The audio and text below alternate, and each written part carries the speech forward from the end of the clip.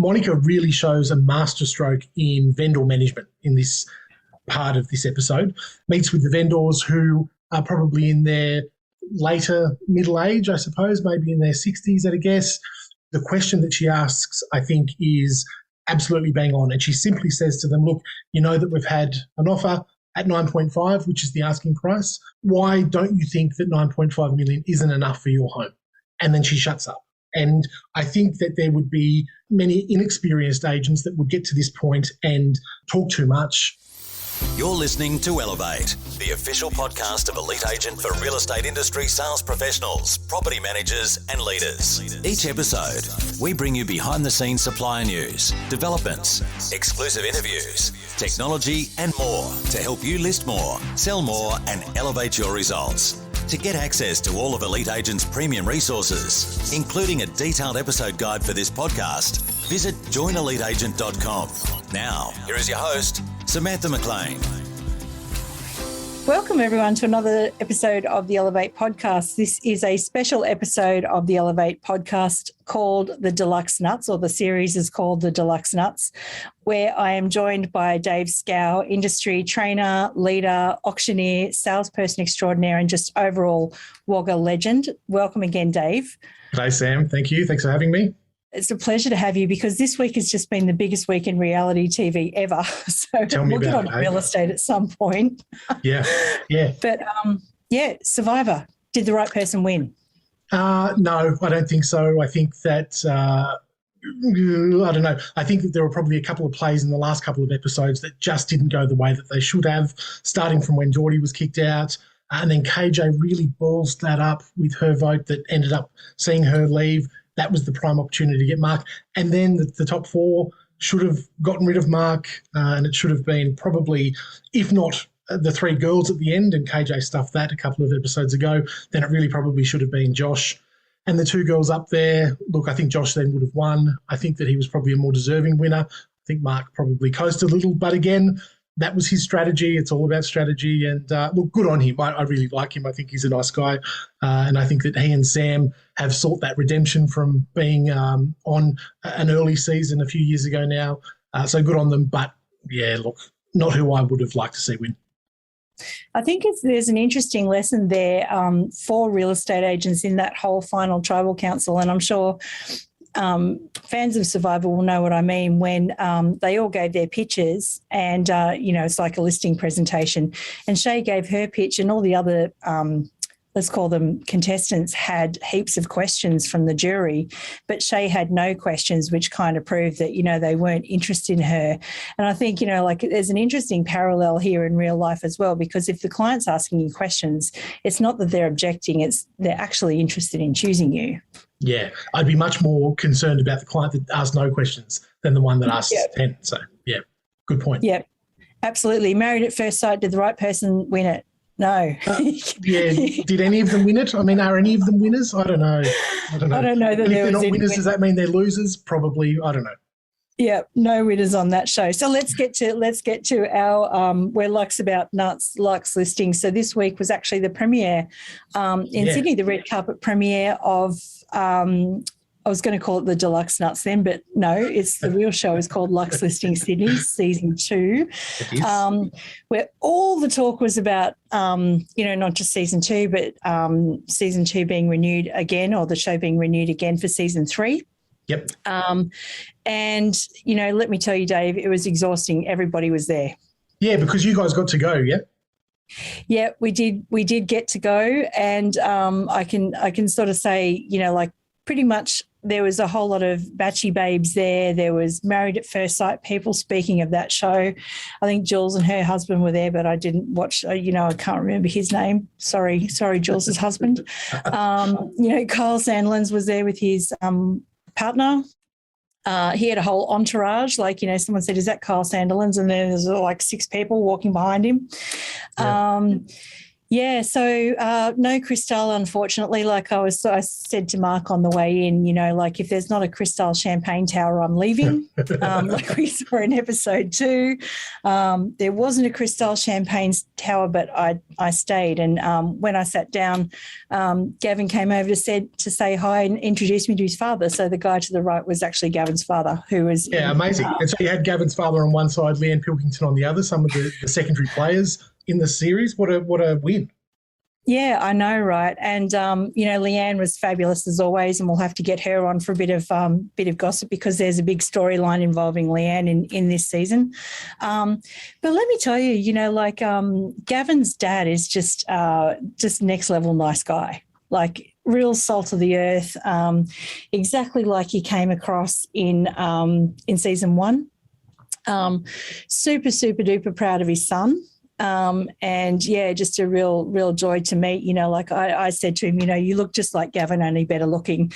And, he laughed and he blushed, and thankfully Gavin was out of earshot.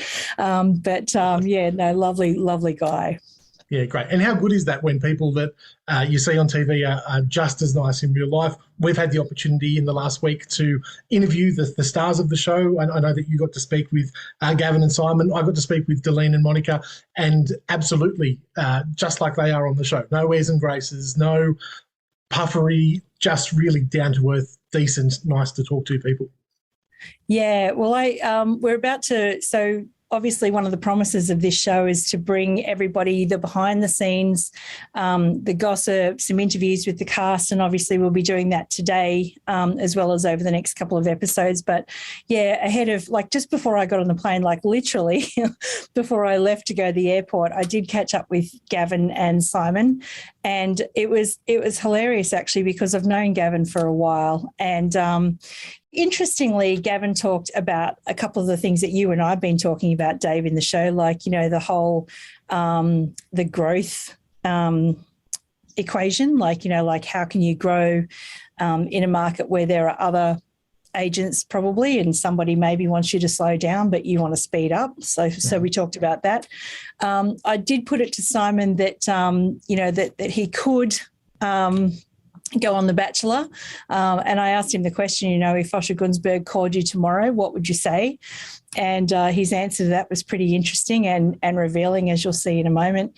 And the other thing is, obviously, because the season is filmed quite some time, before it's released, I asked Gavin about Remi's baby, and because Remi's baby has obviously been born now, and like he looks like he's like a proud godfather himself. So said that little guy's taken everything from me, everything, but I love him. He's got a big head, and and he's as cute as so.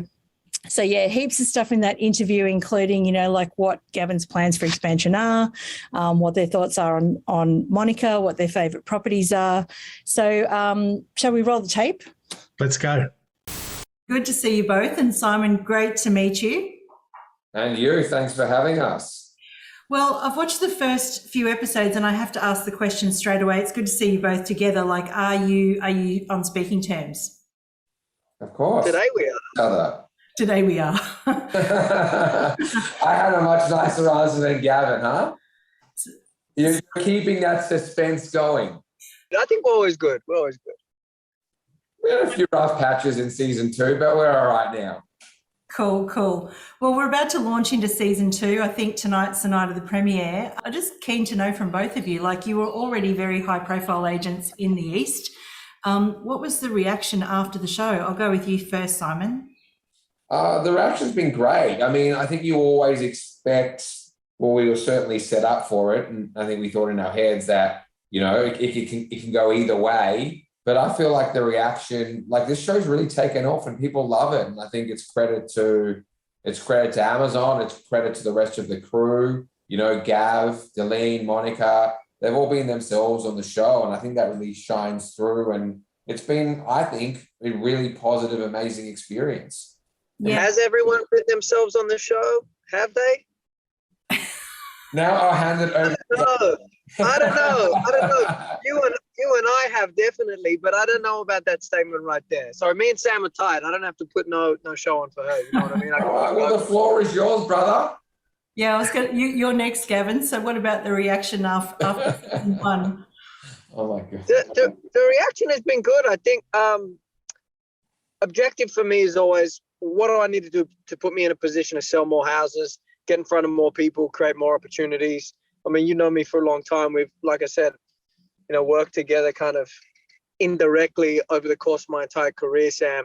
And that's always the objective for me. So it's definitely achieved that so far, and it seems to be growing. So we're just going to keep harnessing it and keep doing it, I think.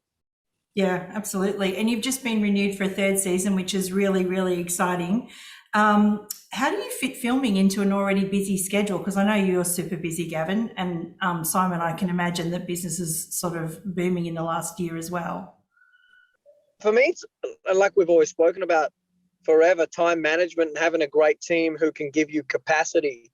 So, this is a well-oiled military-run machine that I'm running. And we definitely have our days, and there are definitely some moments where it feels like it's all going to blow up, but overall, best team, that there is, have amazing people to give me that capacity and manage my calendar and my time. And just, unfortunately, a lot of personal sacrifice goes into that. I think forgot my mum's birthday, which I know makes me a shit son. My best friend right now, he's going through a few challenges with his marriage. He's not really talking to me because he hasn't felt that I've been there for him.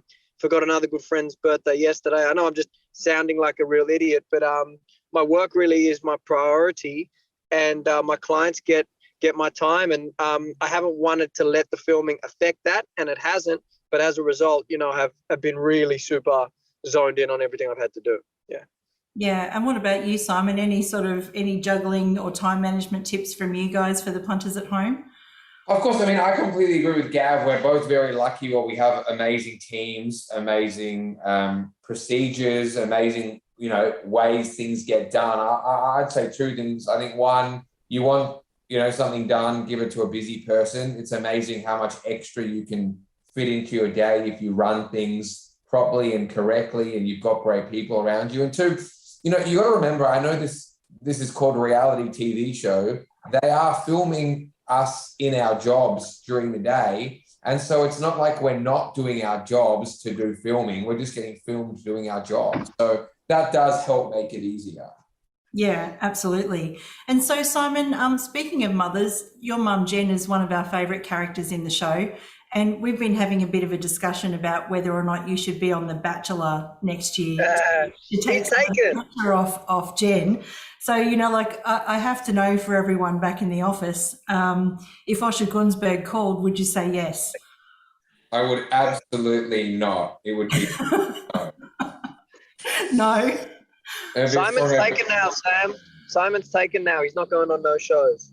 Oh, right. Okay. But Jen definitely is a fan favorite. People love her, and for good reason. She's very funny. Yeah. Well, I was thinking another complication would be that you and Gavin seem to spend a lot of time in showers together. I think I the shower scenes. It would make the ladies jealous. Yeah. In the shower. So yeah, we thought that would probably have to sort of, stop, and you'd have to get involved in the kitchens a bit more. Nah, we're always going to shower together no matter what. Yeah, cool. So let's talk about a couple of the storylines. It felt like there's a bit of a reversal of roles for you from season 1 to season 2, Simon. Like in season 1, you were a typical buyer's agent.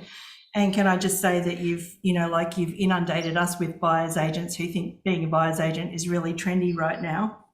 Yeah.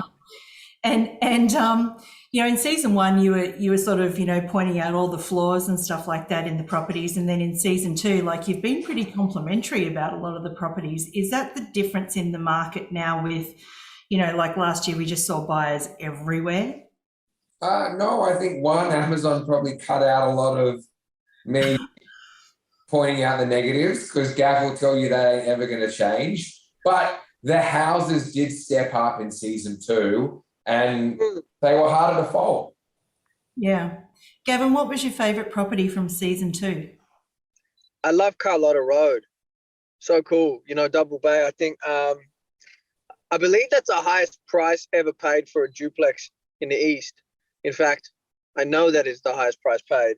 It's not a terrace, remember, it's a different sort of, it's a half a house, right? It was developed that way. And I mean, almost 10 million bucks we got for that house, and the finish and the size and the gym and it's just the vibe, really. Yeah. I was at that auction and I was speechless. It was big money. Yeah, and how good is Cooley too? Like, he's always amazing, isn't he? He's first class. I mean, Damien's like, you don't know what you don't know, and not to say anything bad about any of the auctioneers I've worked with in the past, but I've been working with Damien now kind of 3 years, and before I did work with him, I always kind of paid attention because he's the guy, he's the auctioneer. But then working with him is just the confidence he has on the floor to ask for that extra bid. He ran an auction for Ollie Lavers just like 6 weeks ago now, and he could feel the momentum. So like normal auctioneers will ask for 10 or 20, like Damo was when we were past reserve asking for $500,000 increases, and the boy was getting them. So it's all these little tools and extra good people at the top of their game that help us do what we do best, and he's definitely one of them. Yeah, amazing. Now, a lot of agents were complaining last year that listings were tight, and we know that they were right across the board, but we saw you guys in season 2 starting to make stuff happen. I mean, it fell over, but how common is it that, let's say you've got no listings, and so, now's when you start thinking about, all right, well, who needs to move? Like, how regularly do you guys start thinking about that sort of stuff? Like, I think Simon's never short of buyers and I'm never short of listings, but if you ask us both, we never have enough. Is that right, Si? Would that be fair? Like, I would say couldn't agree more. Yeah, so like, I mean, even when I've got the most listings I've ever had, it ain't enough. I want more.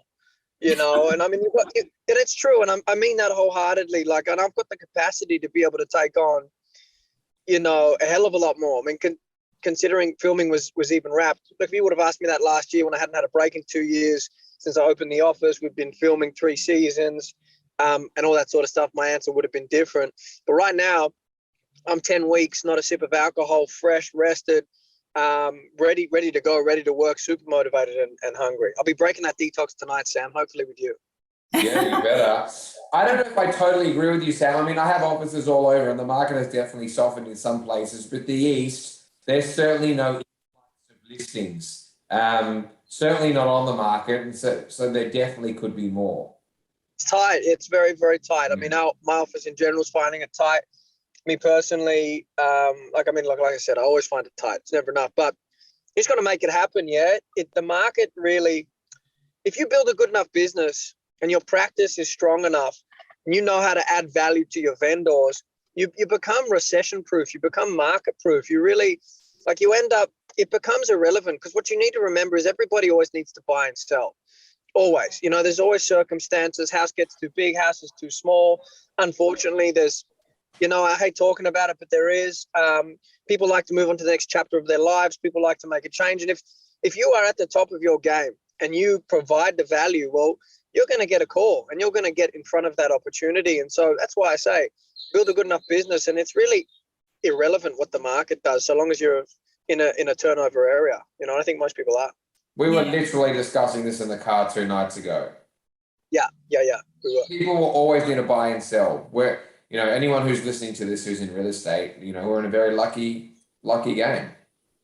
Yeah, absolutely. And I think in season 2, we see one of your long-term clients that's been back over and over and over again, Simon, which is, the transaction doesn't end when the hammer comes down. It's got. I just bought in 2 more properties since that. I mean, longevity and loyalty with clients is the best thing in this game. Best. Best. Amazing. So things changed for you, Gavin, in this season 2 with Remi having a baby, and I believe she's had the baby now. Have you subscribed? Listen, we shall not speak of this man, this new-born child named Rush. I don't like speaking his name because he's taken everything from me. Oh. No, he's the cutest little nugget he's got this massive head on him, and I get her to send me pictures every day, and at the same time tell her how much I can't stand him because I miss her so much. But it's just been great to meet him, and I'll go see him tonight before the show.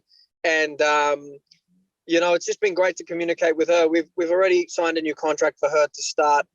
She would have been starting July 1 this year, but I will be in Europe. So she'll start August 1. And just going to centralize her role completely, actually, when she starts back up, because I had to sacrifice her for the greater good of the office to let everyone use her for marketing. Now that we're up and running, we've got 32 odd people. We're making the move.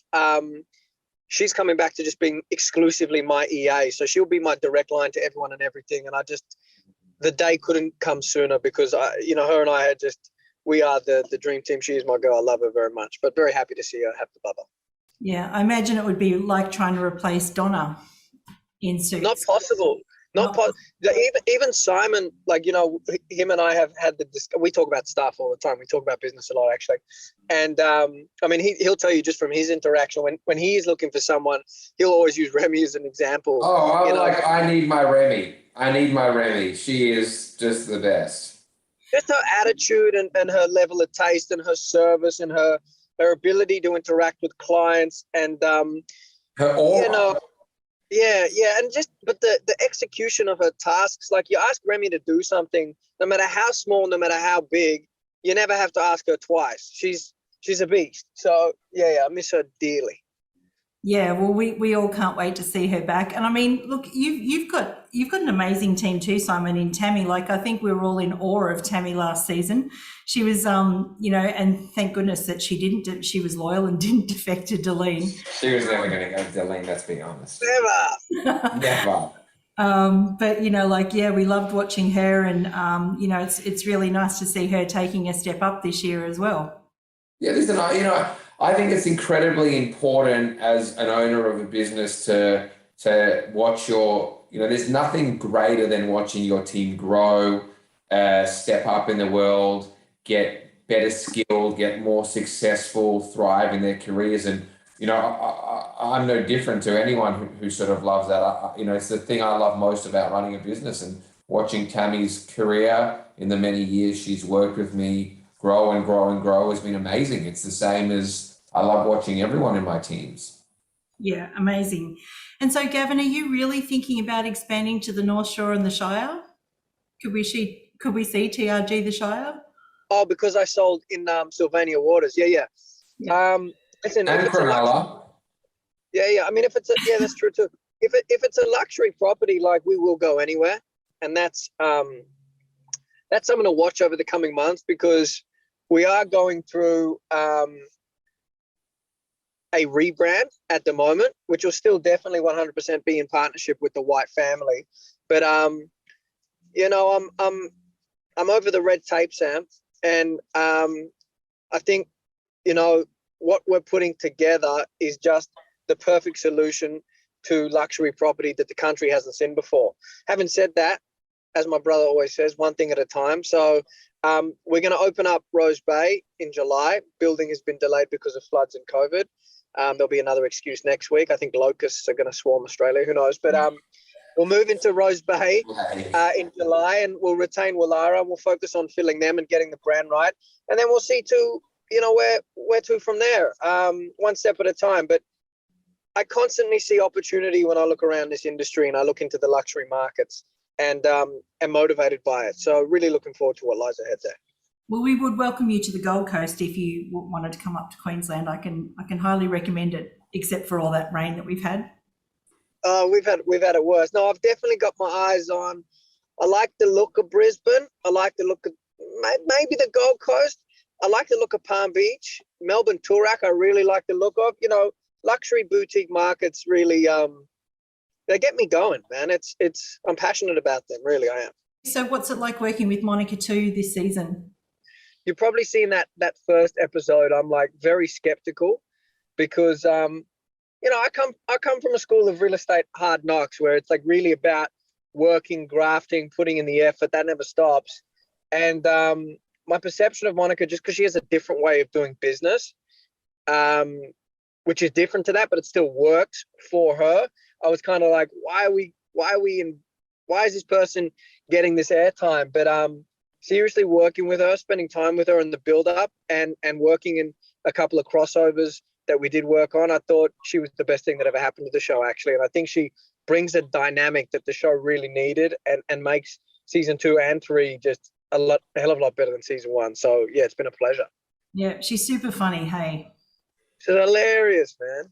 Yeah. And Simon, what about you? How did you find working with Monica? I agree with G. I mean, I've worked with her for many years, and I just think her energy, her humour, her passion for life, she's very kind-hearted. I loved it. I really, really, really loved it. And she has made season 2 very funny. Yeah, I feel like she's Lucy Liu. You know, your hair looks great, Gav. Lucy Liu, yeah. Perfect. Yeah, Perfect. Well, when I come back, I want her handbag collection and her shoe collection. And you've got to get a cheese room.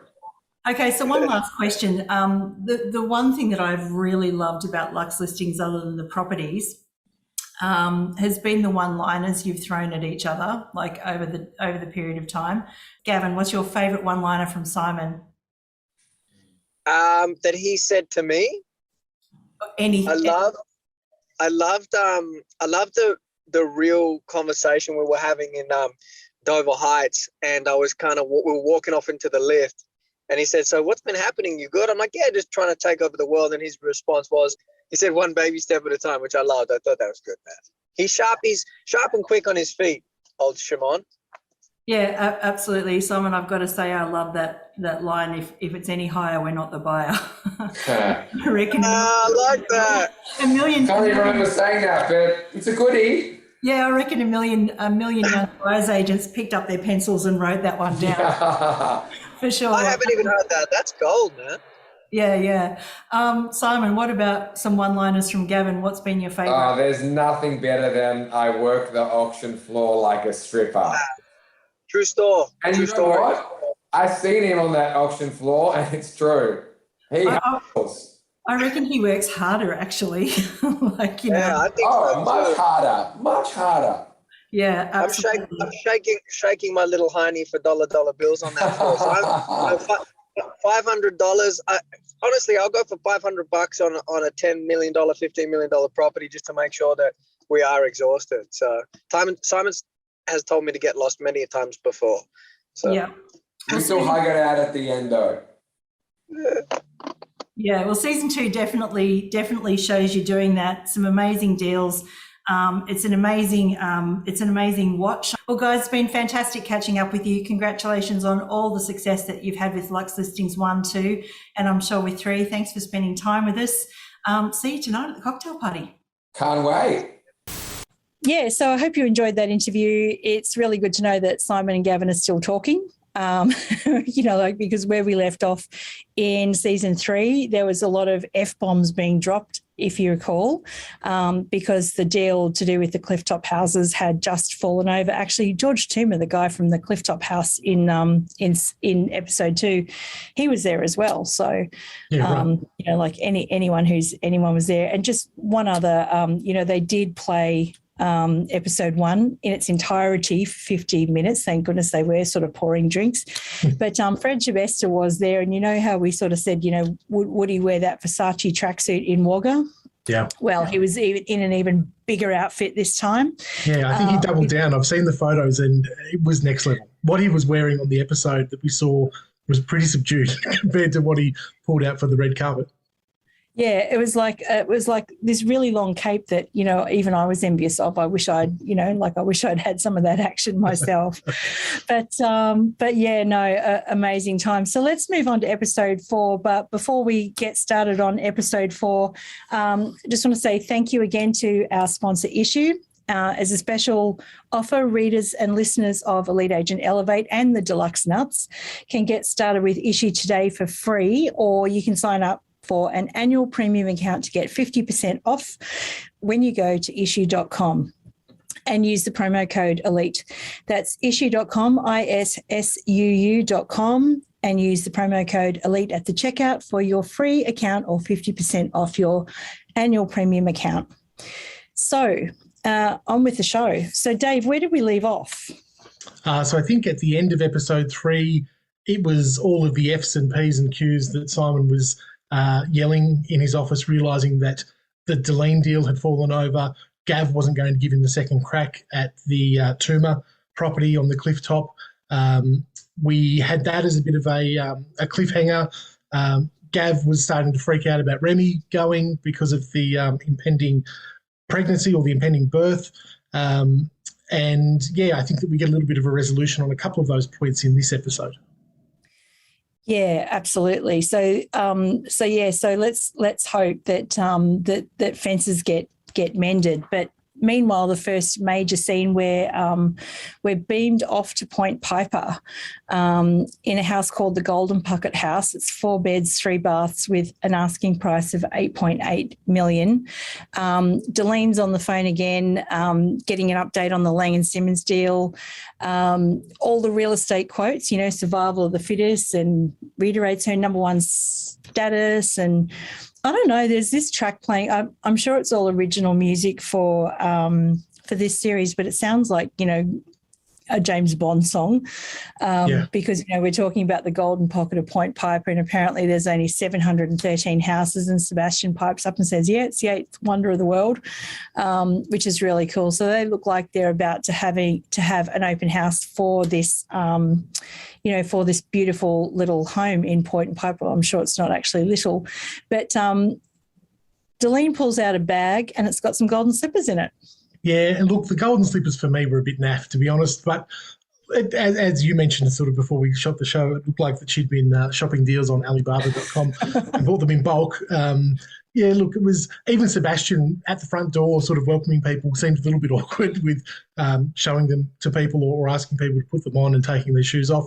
Look, I think that it was probably for TV, and it was that tongue-in-cheek golden slippers for the Golden Pocket House. Would it happen in Wagga? Probably not. Yeah, well, that was the next thing I was going to ask you is, have you seen them at open homes in Wagga? And I guess we have our answer to that, don't we? Yeah, correct. Next up is a bit of a real estate lesson. So Delene actually talks about home staging, which is a really important part of the sales process, making sure that the home appeals to a wider market. I mean, there's some beautiful artwork and things like that on the walls, but, Delene says that staging this home has probably added 20 or 30K to it. Is that fairly normal, Dave? I think so, yeah, and it's probably a nice little lesson, not just from an agent point of view, but from educating the public point of view, in that staging really can make a big difference in terms of end result, both in terms of time on market and also dollars achieved.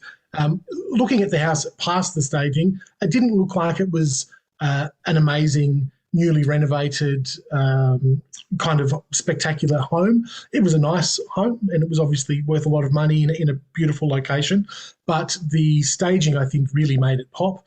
And that was the point that Delene made talking to Sebastian and Jacob there at the open house, that in her estimates, 20 to 30 grand. I think that could even be a little conservative when you're talking about an $8 million plus sale price. I think that we've had results in Wagga at a sort of $400,000, $500,000 mark, where we think we've probably added 20 or 30 grand by having good staging in place, which may have cost the vendor $2,500, $3,500. Yeah, so it's really just an education process.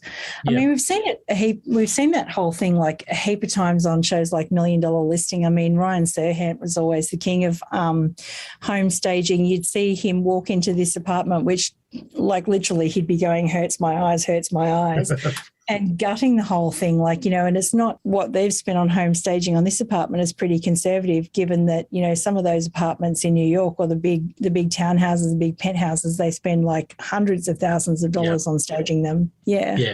Especially when the agent holds that cost throughout the listing process as well. A little bit different here in Australia, thankfully, that we've got this thing called VPA, and the vendors are paying for advertising, marketing and staging up front. So thankfully we're not carrying the ticket throughout the sales process, because that would be a fairly hefty balance. Yeah, absolutely. And there was another TV agent that did that really well, and I think that was Seema from the most recent Sex and the City. And just like that, she walked in to sell Carrie's apartment and said, very nice, very nice, very nice, very nice. It'll all have to go. Yeah. You're going to need beige, beige, beige, beige, beige. Yeah. So, yeah, interesting. So in walks Simon, looking a bit worse for wear. And he's still smarting about the clifftop deal falling over, but maybe not so much about that. But obviously he and Gavin have been friends for a long time, and he says that he feels a bit like shit for letting Gavin down. And Deline has a solution. Meditation. How about that? And just first of all, before that, Simon was a little bit out of order, I think, in this episode, because he really let fly quite vocally. There were buyers all through this Point Piper house looking. Deline quickly realises that he's starting to let the Fs fly in front of people and sort of drags him off to the formal dining room where there's no one there.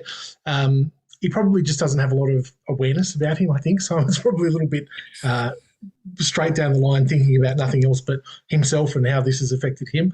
But yes, Deline then invites Simon to take up a bit of meditation. When I got to speak to Deline last week, one-on-one, she was very vocal about meditation being the cornerstone of her daily and morning ritual that really sets the scene for her day and really gives her the ability to operate on all fours and at the energy levels that she needs to be at to be able to run this successful business, run her own sales team, be at the helm of Laing+Simmons Double Bay as a director, obviously being a single mum with two young kids, trying to be the perfect daughter and sister and attend these social activities, and having Luxe Listings being shot in the meantime. So she ritually is up at 5:55 in the morning every morning and hits 20 minutes of meditation straight up. And she says that 20 minutes of deep meditation is the equivalent of 3 or 4 hours good deep sleep. And she says if she gets towards the end of the day and she's starting to lag a bit, she'll pull out another 20 minutes and she's right then to get through the rest of the day. So big advocate for meditation. Yeah, there's a lot of people that actually swear by that. So, it'd be interesting to see if it works for some other people on this show. Yeah. Well, especially when Simon says, look, I'm in if Gavin's in as well. Deline makes a joke about putting him in her backpack and taking him along with her. But yeah, it'll be interesting to see how this plays out and if it comes to fruition. Gavin doesn't strike me as the meditating type. I could be wrong, but he doesn't strike me as that.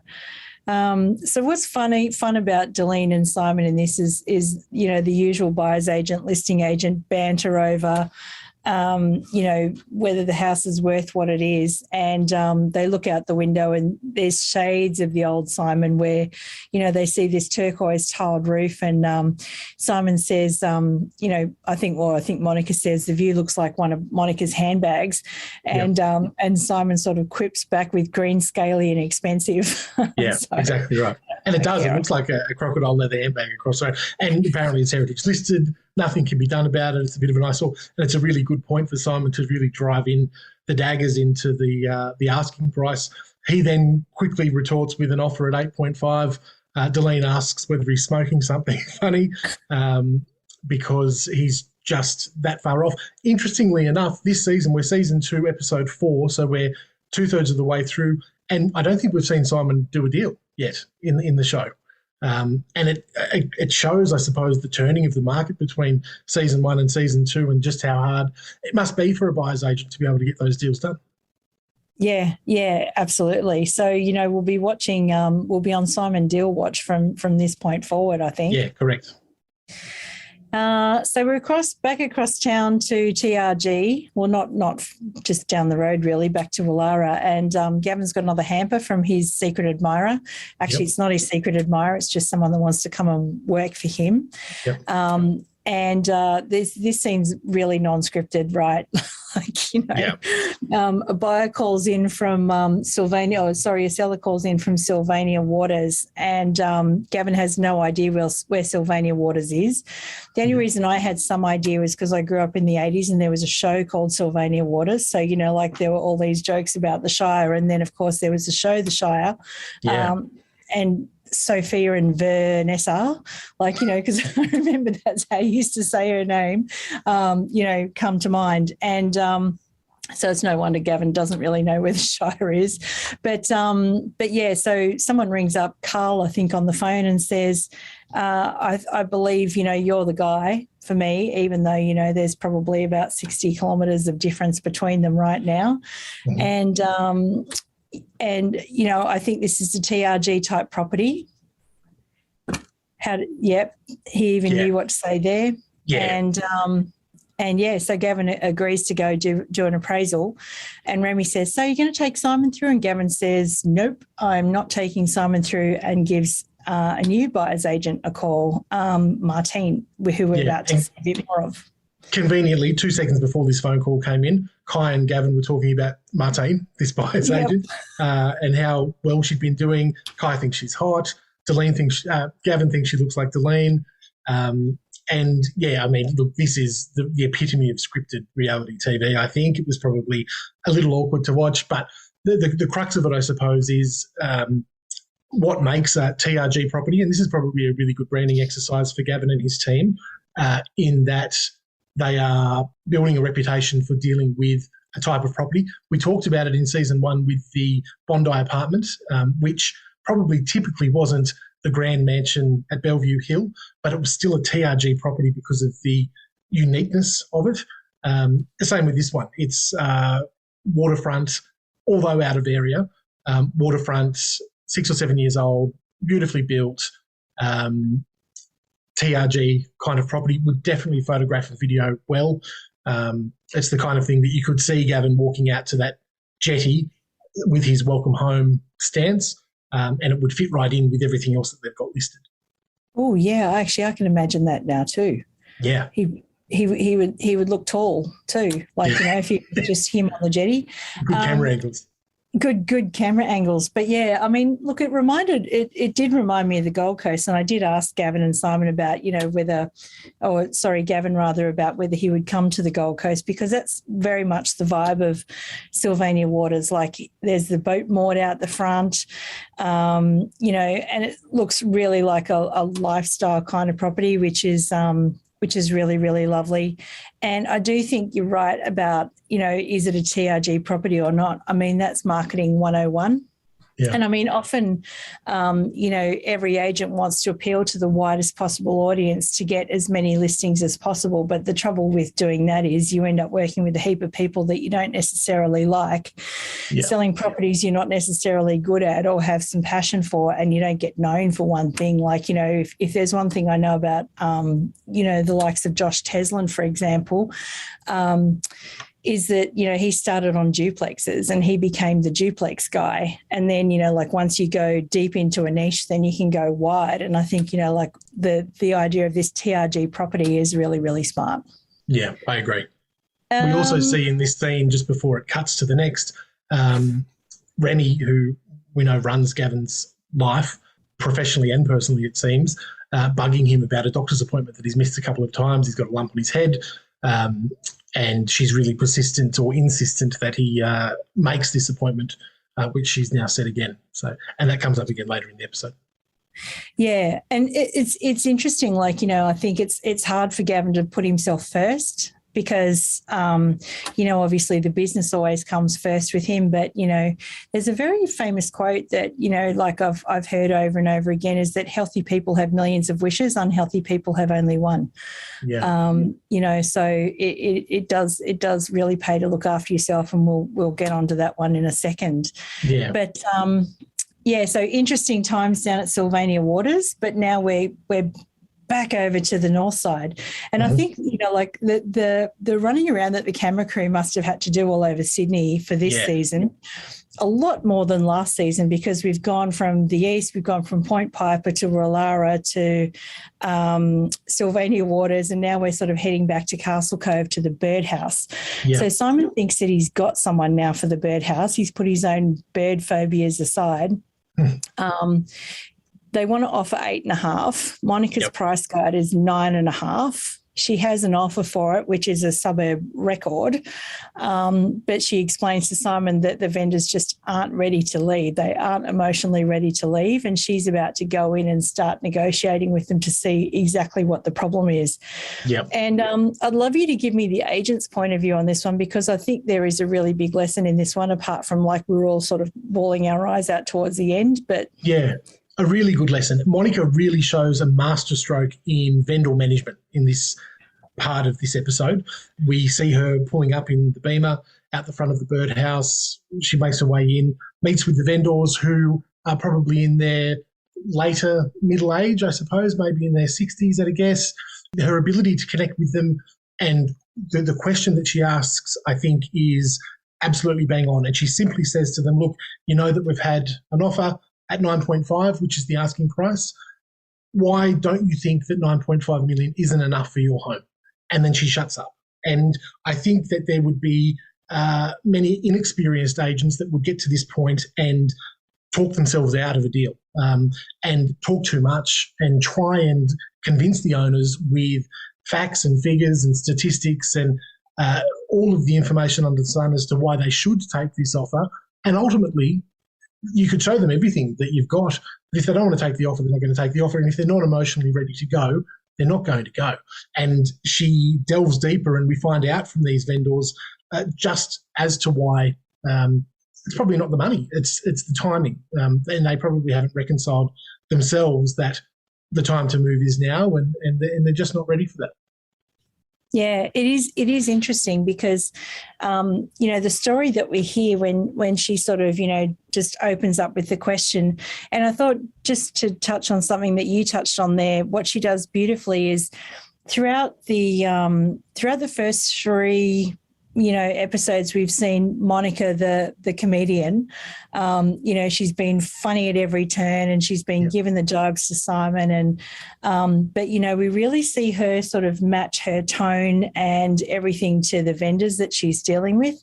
And I think, again, it's sort of like Simon last season, like she is the woman that can literally do it all. Like, whether it's comedy or being upbeat or being the glamorous, the glamorous agent, and then she can come down and have such empathy that, really, really beautiful lesson there. But and you're right. I think after watching those first three episodes, the common person would probably be right to think, how does this woman do any business? Like, she's just all furs and heels and crystal and Fendi parties and darlings and laughs, and she's great. But how does she connect on that deeper level? And this really puts it all together. Yeah. It's a really touching scene. And like I said, it was a bit of a tearjerker too for me because, the husband, what unfolds there. And it's funny how when you ask someone the right question, what sort of an answer you're going to get out of them. So it's a real tearjerker with Marianne being unable to walk after a botched surgery. And so the husband, starts talking about how he put everything into the house so that she wouldn't have to leave the house, and how it was an incredible place of healing for her, because I'm assuming eventually she did heal. And they say that they want to find someone who will love it as much as they do. And so then Monica starts crying too, so everyone's getting emotional, and she emotionally says, now I'm going to get you the best price ever, and if that's over 9.5, so be it. So I think this is a really interesting moment as well. And again, from an agent's point of view, how do you, obviously we're all human beings, and it's really hard to not get emotional when other people are getting emotional. And then sometimes, I have no doubt that Monica can probably go out and find another buyer. She's probably got someone in her database that might offer more. Mm-hmm. But, most of us live in the real world most of the time. Sounds like something out of Pretty Woman, isn't it? Most of us live in the real world most of the time. Would you ever overpromise like that? I think it's dangerous. I think Monica would probably have known that she's got a genuine ability to deliver on that promise before she makes it. I think that she's well experienced enough to know not to overpromise for the risk of under-delivering. So I think that making promises like that is fine if you're very confident in your ability to back it up. The other good agent lesson here is that this conversation isn't something that you could have done over the phone and gotten the same result. And credit to Monica, because she's dealing with properties out at Dural and up on the northern beaches and down in the Shire and everywhere in between. To be able to time manage for vendor management is really important. And no doubt she's got a host of assistants within her business that help her do the non-dollar productive stuff. But meeting with the vendor, sitting down in their home and having this conversation belly to belly is absolutely imperative. Yeah. And it's likely, as like a lot of areas are saying now that the market has softened slightly, and probably will do so as we lead into the federal election and things like that. So there might be a lot more agents having a lot more conversations like that in the real world. And I think, the best advice is maybe go back to Monica and, ask that amazingly open-ended question, because, again, you never know what might fall out. Correct, 100%. So Gavin has arrived at Sylvania Waters, and, like my eagle eyes picked up it wasn't the Lambo he was in. So I reckon. Yeah, and I thought, looking at the scene in this, I think it was an black Audi Q7 or something, beautiful car, driving through the streets. And I thought Gav's had a bit of a downgrade here, but no, he's got a driver because he needs a private driver to go anywhere outside of the eastern suburbs, probably just to find where Sylvania Waters is more so than anything. Yeah, that's what I was going to say. I reckon he's thrown the Refidex out the window and said, "Somebody take me there, please." Yeah, no Sidways for Gav. There's no street directory upside down on his knees, trying to drive the Lambo. Don't try that at home, kids. So, so in walks Martine, and she does look a little bit like Delene. Look, she's tall, slender, beautiful olive complexion. There are definitely some similarities. Gav really calls it to her straight to her face, though, and said, I thought that was Delene. And I don't know, Martine seemed to be a little bit offended by that. And look, that's a compliment. I don't know. I think it was probably just tongue-in-cheek. They seem like they've got some kind of long-standing relationship. They're certainly not strangers to each other in this episode, it doesn't seem. Yeah, well, I mean, I think it's a compliment too, because Delene is exceptionally beautiful in real life, as I realised last Friday.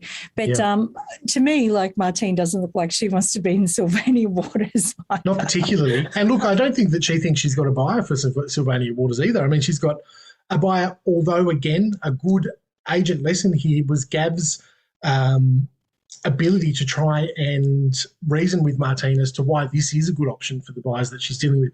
And look, he was throwing around figures that seem a little bit inflated to me. I don't know if there'd be that much difference. We're talking about a beautiful built property on the water.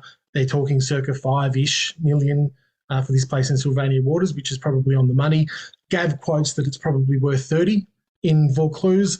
That could be, I mean, I'm not an agent in the eastern suburbs. It seems like a remarkable difference for that extra 40 Ks between Sylvania and the east. But he knows that Martine's vendors have got a very long wish list with a very short budget, and they can get everything they want and more within their budget, but not where they want it to be. Yeah, exactly. I love the chemistry between Gavin and Martine too. Not that they're, romantically involved or anything, because I think I did stalk Martine briefly on Instagram, and it seems that she's in a relationship, not with Gavin, with someone else. But, this is where I think, like a real skill, and, you're either going to love it or hate it in someone like Gavin, but he is just super charming with her. There is just, and, like I've often said to people who have asked me what he's really like, and, I would say the same thing. There is something about Gavin that is, lit from within or something like that, and you really see it come out in this episode, where he just charms the pants off her. Like, they go through the house, they go through the master bedroom, he sort of quips that, like if they were living there together, that, 2/3 of the wardrobe space would be his and a little bit would be hers. And she quips back to him that the little room outside the master room is his snoring room, the husband's snoring room, like houses with snoring rooms only on Luxe Listings, right? Yeah, correct. Yeah. So, and the other thing that I really loved about Martine in this scene was, unlike Simon, who's all about the master and the shower and the bathtub, Martine said, "Oh wow, this kitchen is like state of the art." I was like, finally, someone's actually noticed the kitchen. Yeah, correct. State of the art, but without an exhaust fan. I mean, she was quick to point that out too. Probably not something that a lot of people would pick up on a first inspection when you're not really looking at those fine details. Yeah, so look, credit to her. She also played it a little bit differently from how Simon probably would, because she didn't just crucify the house all the way through. She was quite complimentary. She did pick up a few points that she didn't think worked, or that could have been better, but she wasn't as vicious as what we usually see Simon. Yeah. And basically it sort of ends with "Take me back to the east, please." Yes, you know, correct. something Nikki and I said a lot in our recapping of last season. It's back to the east. Another masterstroke by Gavin here is in his efforts to convince Martine to just get his buyers in the door to have a look. He offers to send the private car to pick them up next Friday and bring them out to have a look. I think overcoming objections is something that Gav's really good at as well. Yeah, he did seem to sort of have a bit of a comeback for pretty much everything, didn't he? Absolutely, yep. Yeah. So then Martine exits stage right, realising that they're actually not in Miami and Sylvania Waters is never going to be Miami. But again, there was a great original song, you know, that actually in the background, you know, like, "I wish this was Miami. Why can't this be Miami?" You know, and I'm thinking, yeah, okay, someone's got a sense of humour over in the production department. Yeah. Then Gavin gets the phone call from the doctor's office saying, "Come and see a stat." And, you know, that worried me enough to actually send Gavin a text. So, you know, I don't want to give any more spoilers or anything like that, but we'll see this one play out.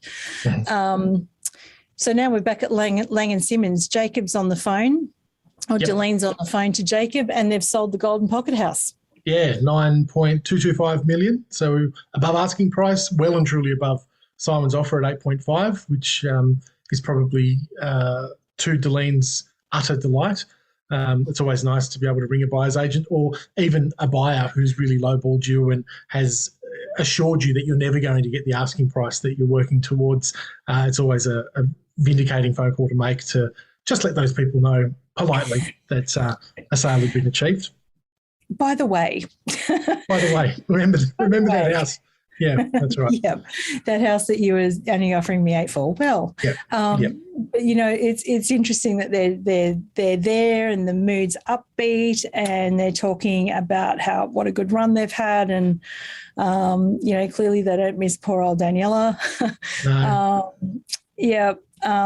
More real estate quotes, celebrating the highs and learning from the lows. I mean, look, what's your favourite real estate quote? We haven't even gone there yet in any of these recaps yet, but you must have one. I think that we could probably write a book on the quotes that have come out. I like, as I couldn't get away with saying them, and so from an outsider's point of view, I like some of the quotes that Gav throws out.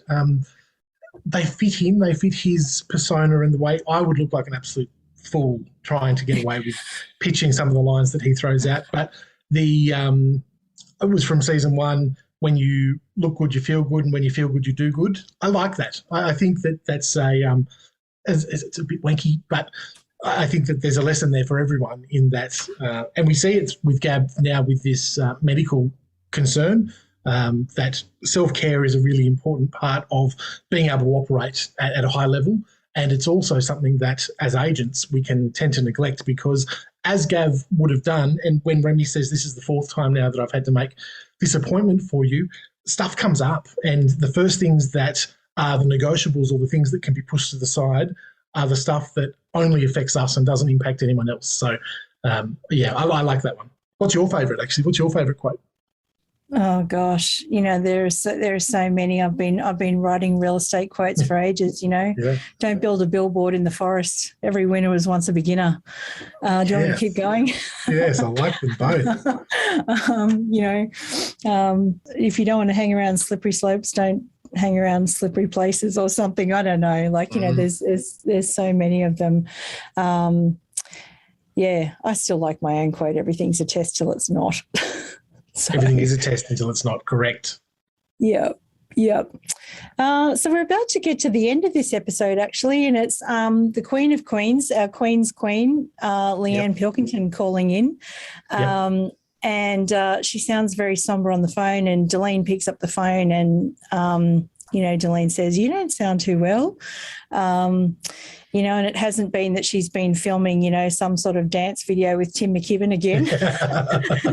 It was probably about this time that those dance videos were coming out. She's probably exhausted, probably. It probably was, and what a classic it was. I don't know what Tim is doing without Leanne right now at the REI New South Wales, because we interviewed Peter Matthews a couple of weeks ago and he said he definitely wasn't singing, he definitely wasn't dancing, he definitely wasn't donning anything sparkly. And no, basically. So Tim, shout out. I hope you're all right. Put your sparkly shoes out for Tim McKibben if you're listening. Anyway, Leanne says that they've hit some roadblocks, and I think we're at that dun. Yeah.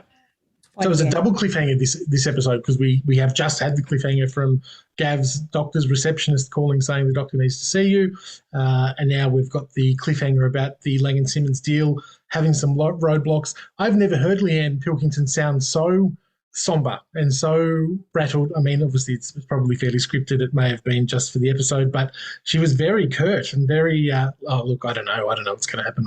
It may all be over. I've got a lot of work to do if this is going to be a deal, blah, blah, blah. So, yeah, it was interesting to hear her in that tone. It's not what we're used to from the Queen. I was sitting next to the Queen, Leanne, and she did, we'll get Leanne on the show to talk about her experiences, obviously. But I think, let's just put it this way. If you go back and think about when this season was filmed and then go to eliteagent.com and do the Googling on the buyout of Laing+Simmons, you'll probably notice that the dates don't quite line up, but we'll leave you to draw your own conclusions on what's actually going there, because we don't want to ruin the magic of TV, do we, Dave? Not at all. Far be it from us. Not for everyone. Anyway, that's it. That's the end. That's the end of episode 4. Dave, you and I will be back next week with episode 5, where we're going to bring you some more exclusives from the floor. Any little hints about the things that you talked with Delene? Look, we did delve into the Laing+Simmons corporate takeover a touch, and she was good enough to give us a little bit of an inside scoop on that. I also asked her, as the Survivor superfan that I am, whether she would give Survivor a nudge. I put to her that it may be time for Queen Delene to take that crown from the Duchess of Double Bay. Look, she gave an interesting response. Let's see what she says next week. Well, see, it all works differently in our heads compared to theirs, as I've learned. Yeah, that's right. Simon for Bachelor, Delene for the Survivor. They're not really into it. I don't know what's going on. I know. We should be managing their careers, shouldn't we? Correct. Maybe that's our next career. Talent agent. Maybe. Well, I'm ready to take the call if anyone's listening, and always happy to give free advice. Anyway, Dave, it's been amazing catching up with you again. Once again, thank you to our partner Issue. We will see you guys for another episode of the Deluxe Nuts, where we will recap episode 5 next week. Thank you, Dave Skow. Thanks, Sam. We hope you enjoyed this episode of the Elevate podcast. Don't forget to get access to all of Elite Agent's premium resources, including a detailed episode guide for this podcast. Visit joineliteagent.com.